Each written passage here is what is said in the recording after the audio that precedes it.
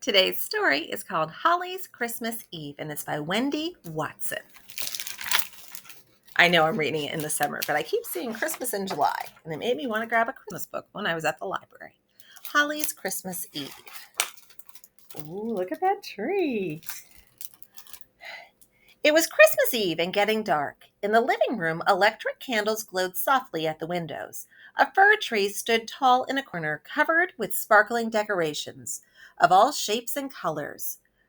Murmuring voices filled the air. The ornaments were talking. Toot, toot, said Train Engine.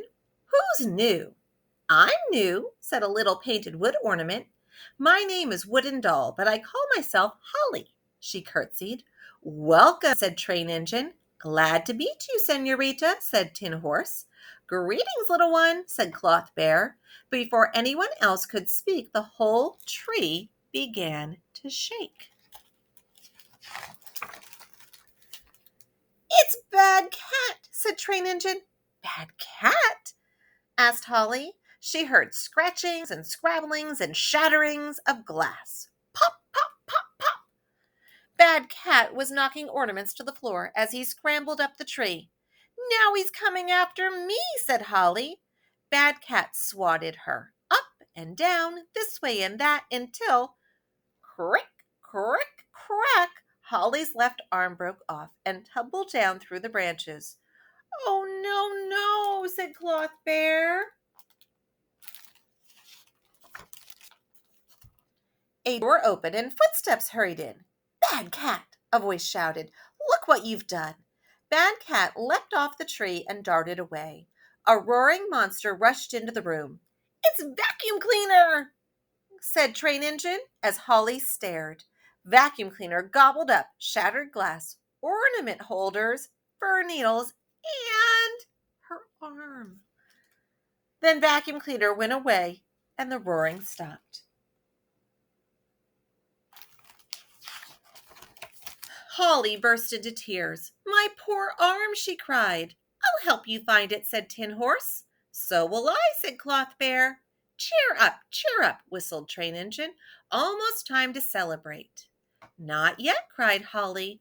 She brushed the tears from her eyes. Then she and Cloth Bear and Tin Horse bumped and slid all the way to the bottom of the tree and stepped onto the floor. Out of the living room, into the hall, the three ornaments skidded and skated across the slippery floor. Suddenly, a furry creature scuttled toward them. Aha, chortled Spider, I'll take this one. In a flash, he lassoed Holly. Stop, shouted Tin Horse. He and Cloth Bear yanked Holly this way and that until she was free. Down the hall they all ran. Where was Vacuum Cleaner? Ha! Over here, a voice suddenly growled. The ornaments jumped and looked behind them. Vacuum Cleaner, Holly curtsied. We're looking for my arm. Ha, growled Vacuum Cleaner. His cord quivered and swayed. First, guess this. Tall, fragrant, always green, proud I be, the forest queen. It's a fir tree, said Holly. But where is my arm now? Ha, growled Vacuum Cleaner. Guess again.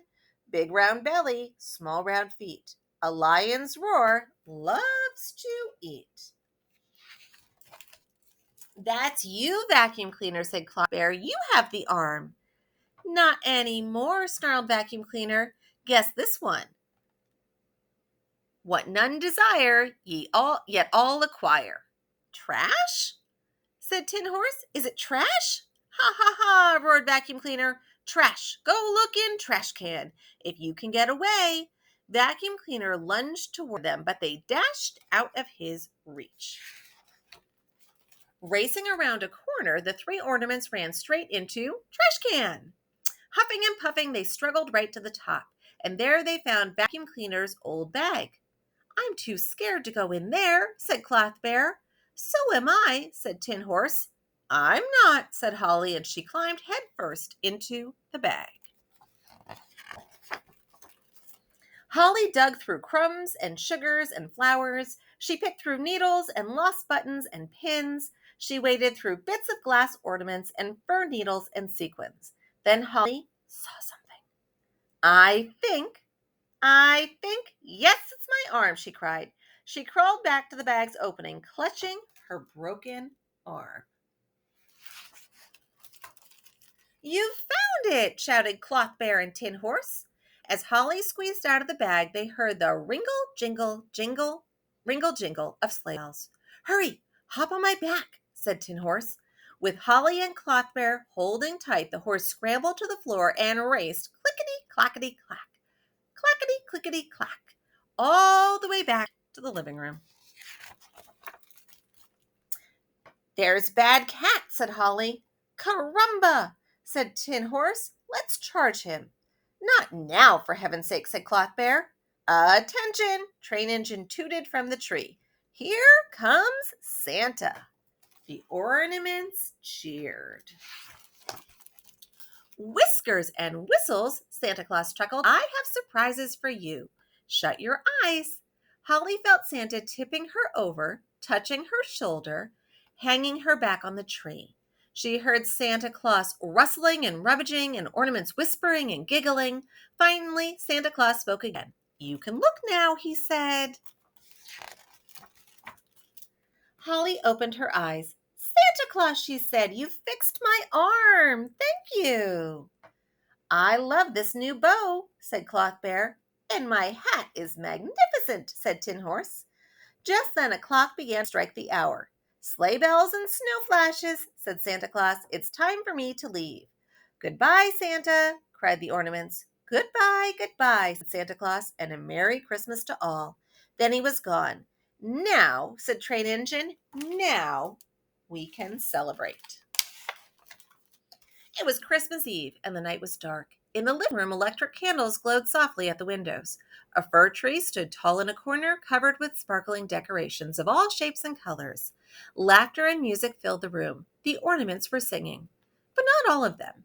In the midst of the excitement, three tired friends snuggled close together and smiled as they slept. And the dedication says, for all of you. Holly's Christmas Eve. And there they all are. That picture makes a lot more sense now that we read the story.